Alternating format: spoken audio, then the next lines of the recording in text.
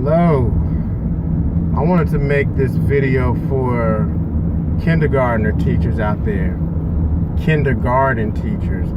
I just left a school where I'm supporting a team with a student who does not keep his hands to himself. And his hitting of other students is both intentional and unintentional. Number one, he just likes to be playful. If somebody walks by him, his way of engaging with other students is going to be to touch them automatically, to stick his foot out, to put his finger close to their face, to touch them on the shoulder. A lot of it is just really kind of playful social engagement that's not appropriate in every context. And so he's really just a kinesthetic type of kid to begin with. So that's one thing. And then the second thing is that whenever he gets frustrated, he will, because of a lack of social skills, just lash out and hit somebody. And it's not like a malicious kind of thing, but it's just inappropriate. And so, because of poor boundaries, we had to put interventions in place to help teach him how to have appropriate physical proximity from his peers. Whenever the class is doing a movement activity,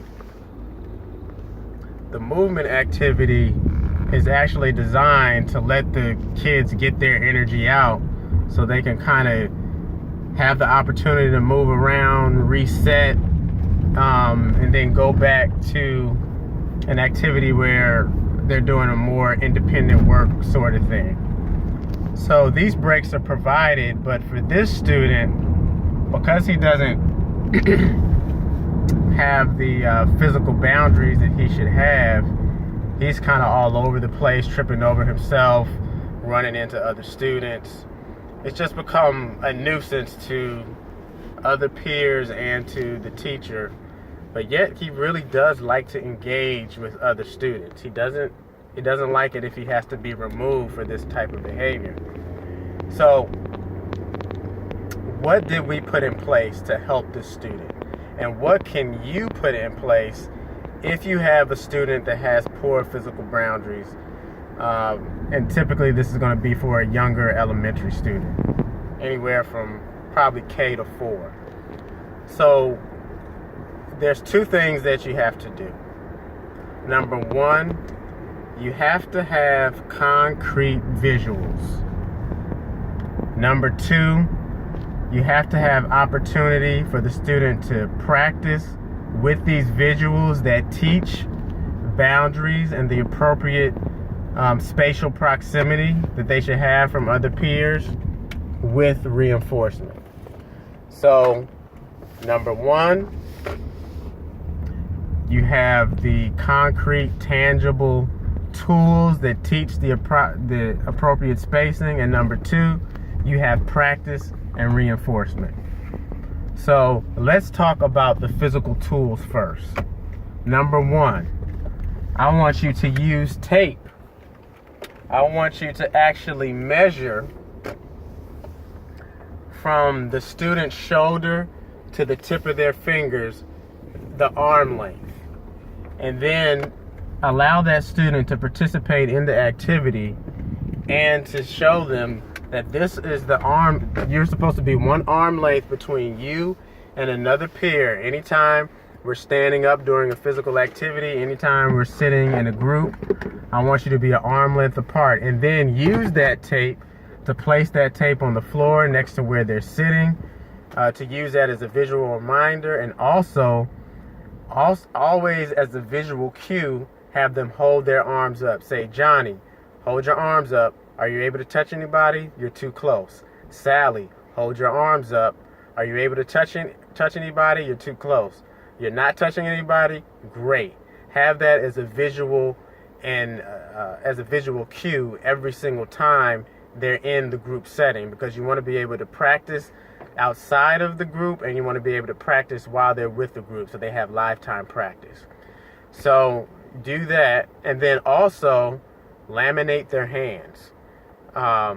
Have them trace their hands on a piece of construction paper, or you guide them through tracing their hand, laminate the hands, and then place the hands on top of the desk or tape them to the side of the chair to teach them this is the area where your hands are supposed to be.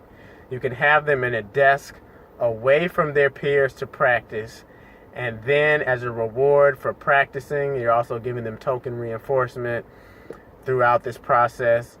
You reward them and incentivize them by allowing them to practice these skills in the presence of their peers, because a lot of times they do want to be near their peers. They do want to have that social engagement. They just have to know the appropriate boundaries and physical space that they're supposed to have.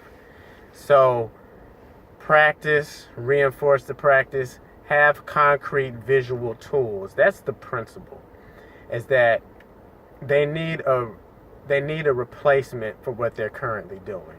You can't stop their hands from moving. You can't stop their feet from moving, but you can provide a replacement to meet the same need, and you can teach them the appropriate skills and have physical concrete tools such as the hands laminated, the construction hands that are traced and laminated, such as even a hula hoop around them, such as having them hold their hands up. Are you an arm's length away? They have to have something concrete, because it may be too abstract for you to say you should be in an appropriate space and then there's no visual cue to show them. You have to engage their visual and their kinesthetic modalities to be able to teach this.